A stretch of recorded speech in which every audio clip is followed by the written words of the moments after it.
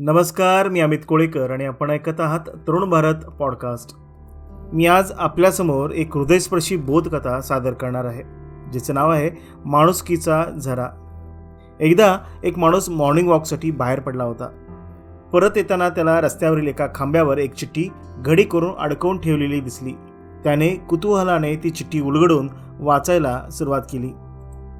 ती चिठ्ठी बऱ्याच वेड्यावाकड्या अक्षरामध्ये लिहिलेली होती. त्या चिठ्ठीतील मजकूर असा होता: माझी 50 रुपयांची नोट हरवली आहे. मी एक गरीब आणि वृद्ध महिला आहे. ही नोट इथेच कुठेतरी पडली असावी.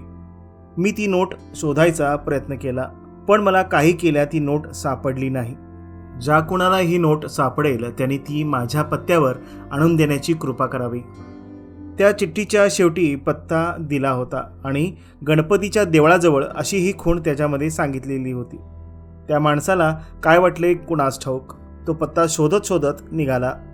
हा पत्ता एका गरीब आणि दळिद्री झोपडपट्टीतला निघाला. त्याने त्या वस्तीतील गणपतीचे देऊळ शोधून काढले व त्या पत्त्यावरील घर पण शोधून काढले. ते घर म्हणजे जणू एक चंद्रमौळी झोपडीच होती. झोपडीचे दार बंद होते. त्याने दाराची कडी वाजवली. एक जख्ख म्हातारीने ते दार उघडले. त्या म्हातारीचे सर्वांग लटपटत होते.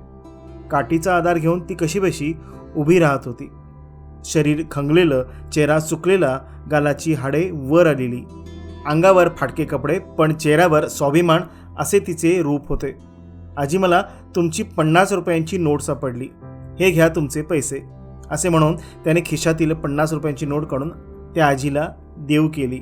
कमाल आहे, माझी 50 रुपयांची नोट देण्यासाठी आतापर्यंत 40 लोक येऊन गेलीत. तू 41वा आहेस, असे त्या आजीने म्हणाले.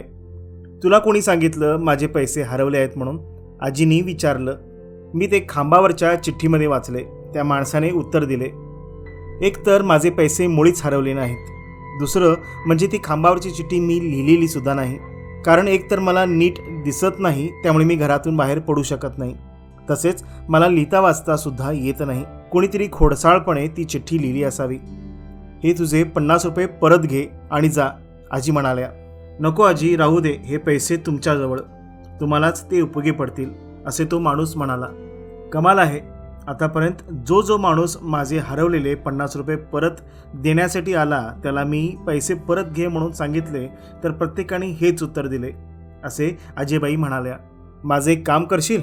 आजीबाईंनी लगेच विचारले. हो, सांगा ना, तुमचे काम मी नक्की करेन, त्या माणसाने उत्तर दिले. अरे बाबा, जाताना त्या खांबावरची चिठ्ठी फाडून टाक. लोकांना उगीच त्रास होतो आणि भुर्दंड बसतो.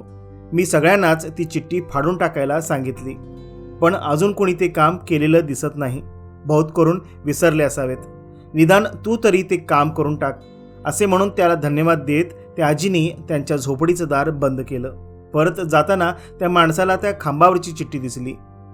ती चिठ्ठी फाडण्यासाठी म्हणून तो त्या खांब्याजवळ आला आणि थबकला. त्यांच्या लक्षात आलं की त्या चिठ्ठीमुळे माणुसकीचा झरा वाहू लागला आहे. त्या चिठ्ठीमुळे अनेक लोकांची मदत त्या गरीब आजीबाईंना मिळाली आहे. आपले 50 रुपये गेले, पण एका गरजू माणसाला मदत केल्याचा आनंद व समाधान आपल्याला मिळाले. असेच समाधान त्या 40 लोकांना पण मिळाले असतील. ही चिठ्ठी जर आपण फाडून टाकली तर माणुसकीचा झरा हा आटून जाईल. त्याला त्या चिठ्ठी लिहिणाऱ्या माणसाचंच कौतुक वाटलं आणि तो चिठ्ठी न फाडताच तिथून निघून गेला. माणुसकी नाही, ती संपली, अशी हाकाटी आपण मारत असतो. हल्ली माणुसकी शिल्लक राहिली नाही.